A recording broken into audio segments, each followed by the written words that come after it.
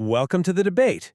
When you look at a towering stone fortress, it projects this absolute dominance. Right. It's totally imposing. Exactly. The fixed stone walls, the heavy iron gates, they are designed to intimidate. But in the architecture of the human mind, massive walls aren't always built to keep conquering armies out. Yeah, often they are built to keep a hollow structure from collapsing in on itself. And that is exactly what we are investigating today. We are debating the true clinical nature of narcissistic personality disorder, or NPD. Drawing on diagnostic frameworks like the DSM-5 and ICD-11, alongside psychoanalytic theory and evolutionary psychology. Right, to answer one central question.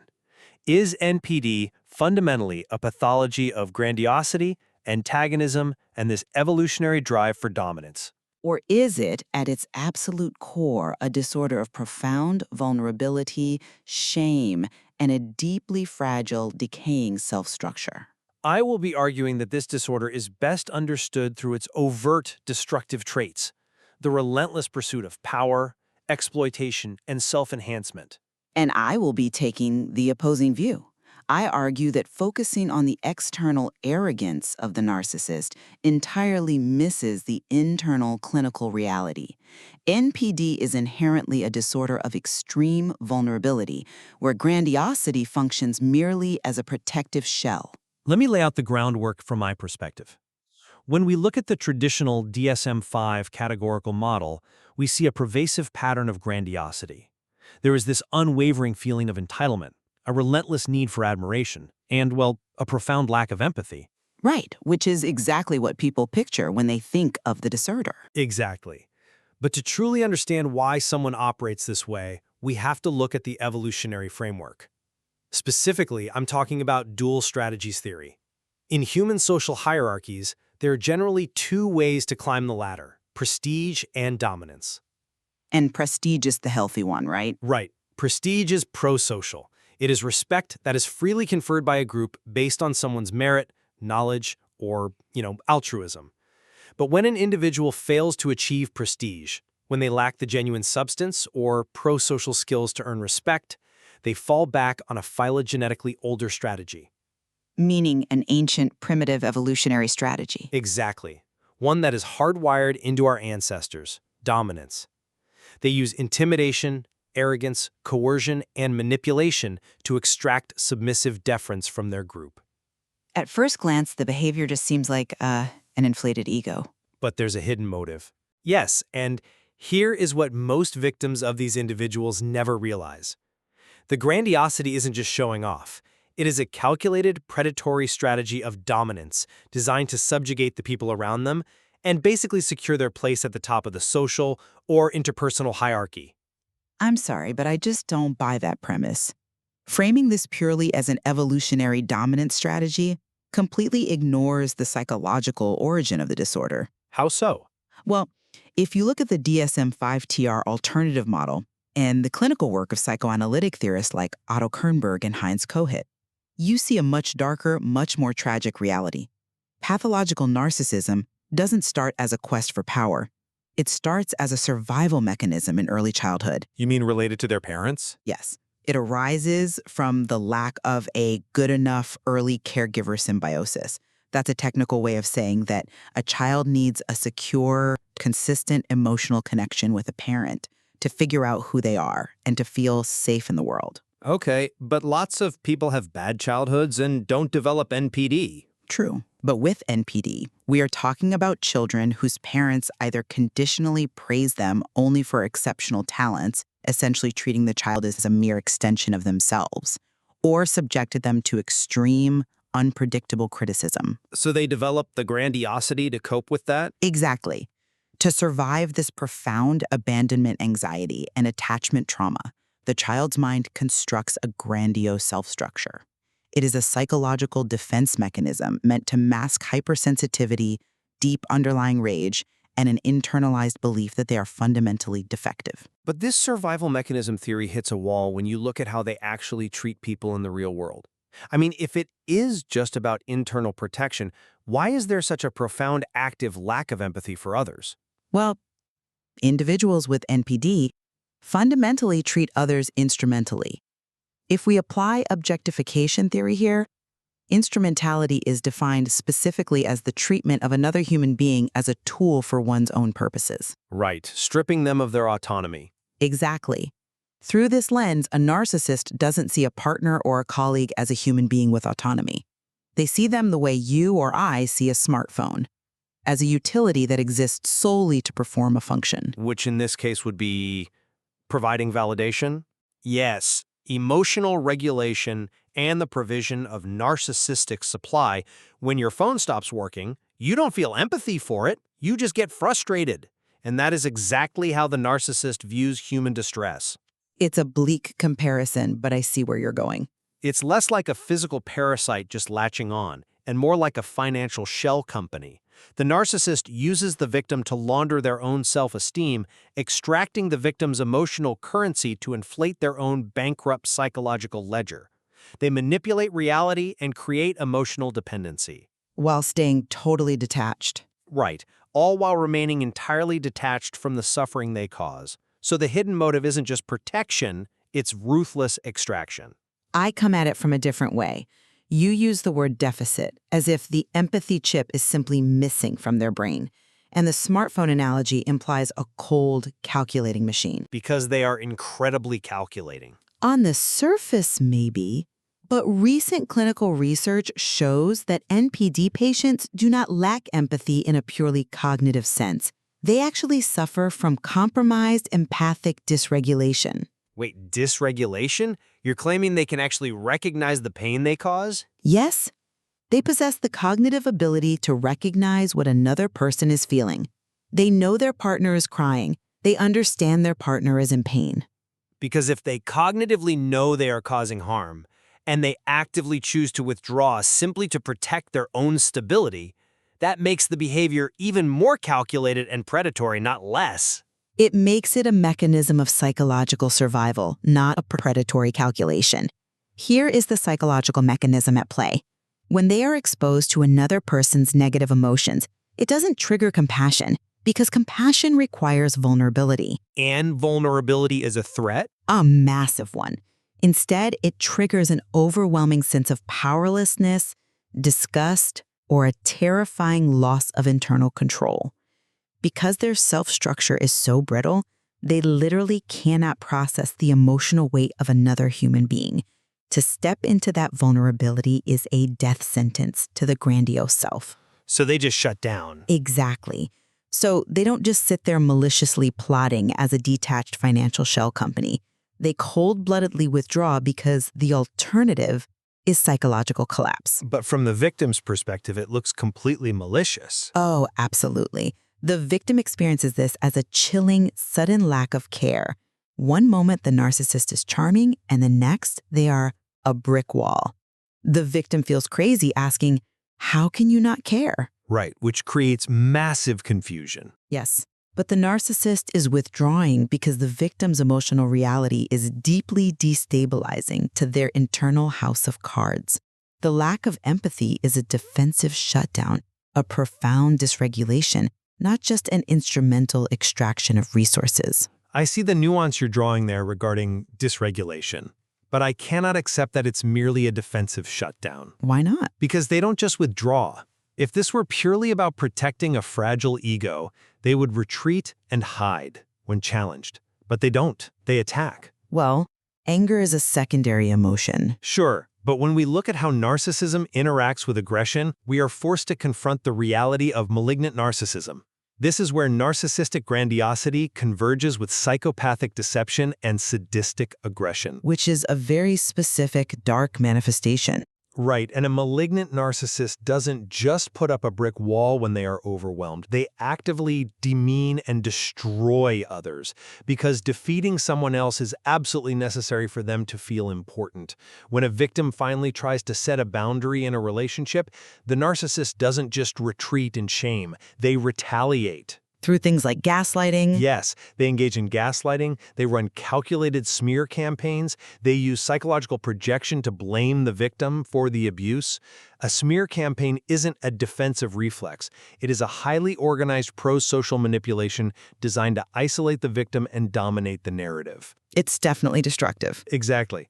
This ruthless pursuit of dominance and the intentional infliction of pain proves that the core driver is an antagonistic need for power, rather than just a fragile ego trying to avoid dysregulation. That's a compelling argument, but have you considered the underlying trigger for that aggressive retaliation? Even the most sadistic, aggressive reactions in a narcissist are fundamentally shame-based. Shame-based? Even the smear campaigns? Yes. When you set a boundary, you are not just inconveniencing them, you are threatening their entire illusion of mastery. You are inflicting what is clinically known as a narcissistic injury. So they lash out? Exactly.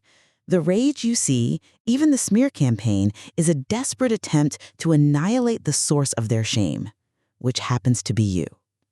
And if you want proof that deep internal distress and shame are the true drivers of this disorder, we have to look at the chilling clinical reality of suicide in NPD patients. Are you referring to the elevated suicide risk, even when they don't present with typical clinical depression? Yes. And this is a massive piece of the puzzle that most people completely miss. Individuals with NPD are at a highly elevated risk for suicide, and it frequently occurs in the complete absence of clinical depression. This phenomenon is known as trauma-associated narcissistic symptoms, or TANS. Right, TANS. Now ask yourself, why would someone who supposedly thinks they are a god, someone driven entirely by dominance and superiority, want to end their life? To avoid facing failure. Exactly. Because suicide in NPD often serves as a way to attack the perceived imperfect self. When they experience a sudden narcissistic trauma like a massive public failure, a sudden career loss, or a high-profile divorce, their grandiose defense mechanism shatters. Leaving them exposed. Right. They are left entirely alone with that original, defective, worthless self they've been running from since childhood. Suicide for the narcissist can be a final, desperate illusion of mastery. It is a way to regain control by destroying the flawed self before the world can judge it. Wow. Yeah. The aggressive dominance you see on the outside is just a frantic performance to outrun this profound underlying terror.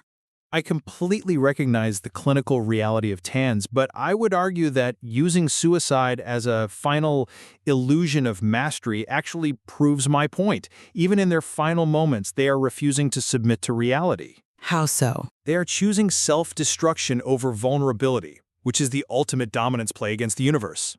But I see why you think that. So let me give you a different perspective on how this pathology actually performs in the real world, especially today, which I believe points squarely at dominance. Okay, let's hear it. If we are looking at the core pathology, we have to look at how it thrives in its environment.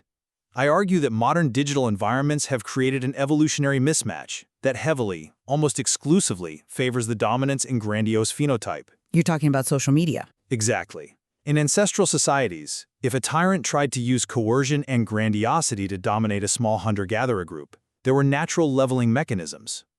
Egalitarian systems where the group would physically suppress, mock, or even exile the arrogant aggrandizer.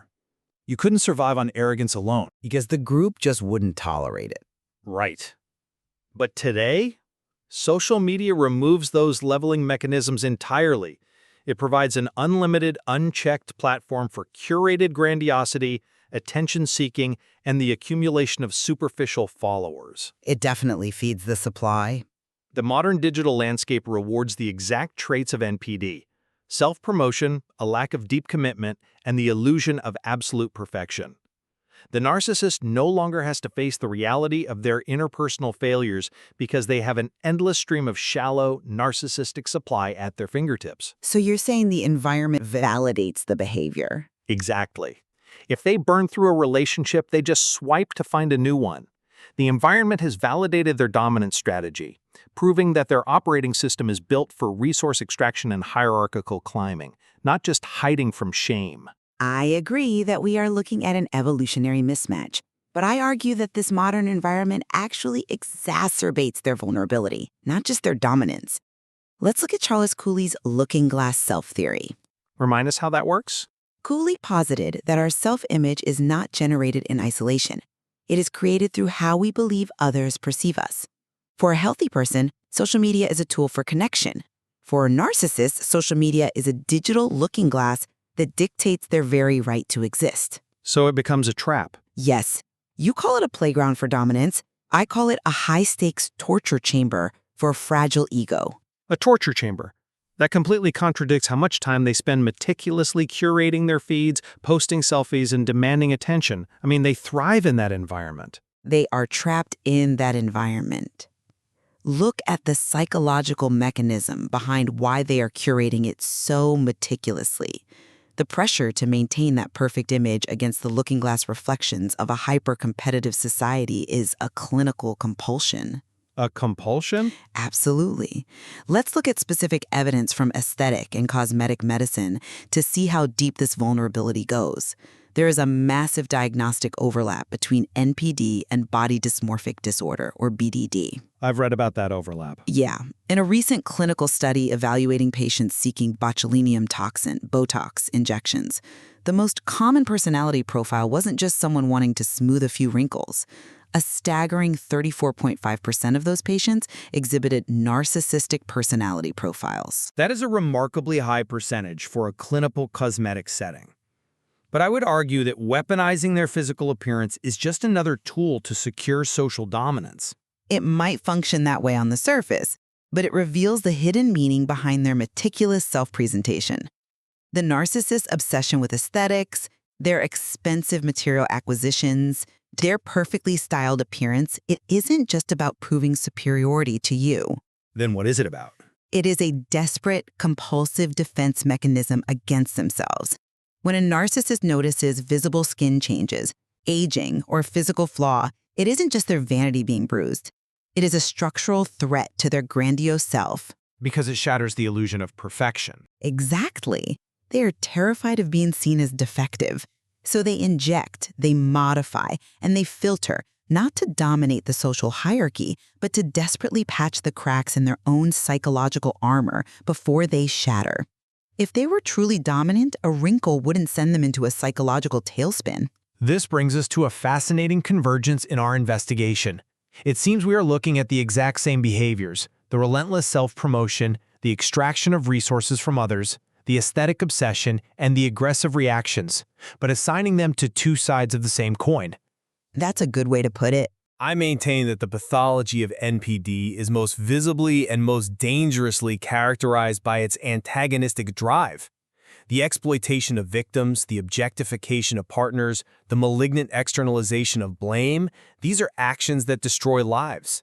The narcissist uses a dominant strategy to control their environment and everyone in it, leaving a trail of trauma-bonded victims in their wake. The damage is undeniable. Right? When a victim is caught in this web, the intermittent reinforcement and the sudden chilling lack of empathy they experience are not just byproducts of dysregulation. They are active tools of subjugation. The damage is profound, deliberate, and outward-facing. And I completely validate the horrific experience of those victims. The nervous system dysregulation, the reality distortion, the intense emotional dependency.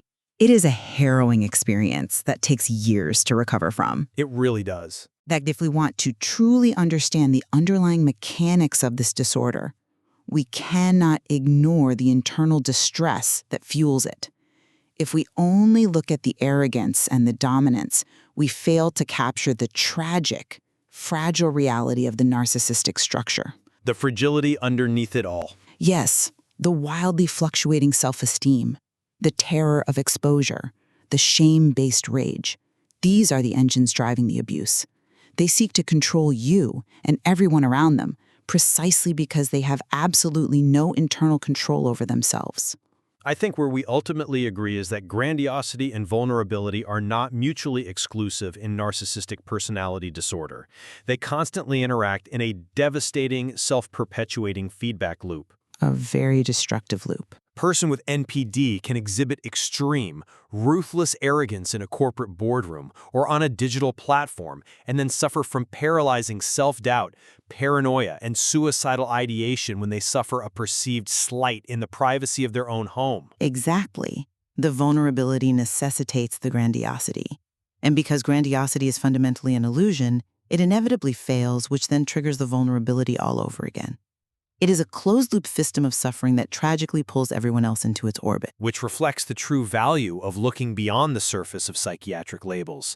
If we want to fully understand dark personality traits, we have to be willing to investigate both the evolutionary strategies we use to survive and dominate and the deep, agonizing developmental wounds we spend our entire lives trying to hide. And that brings us right back to your opening thought. It does. We look at the fortress and we are intimidated by the thick stone walls and the heavy iron gates. We assume the structure was built to conquer us. But it wasn't.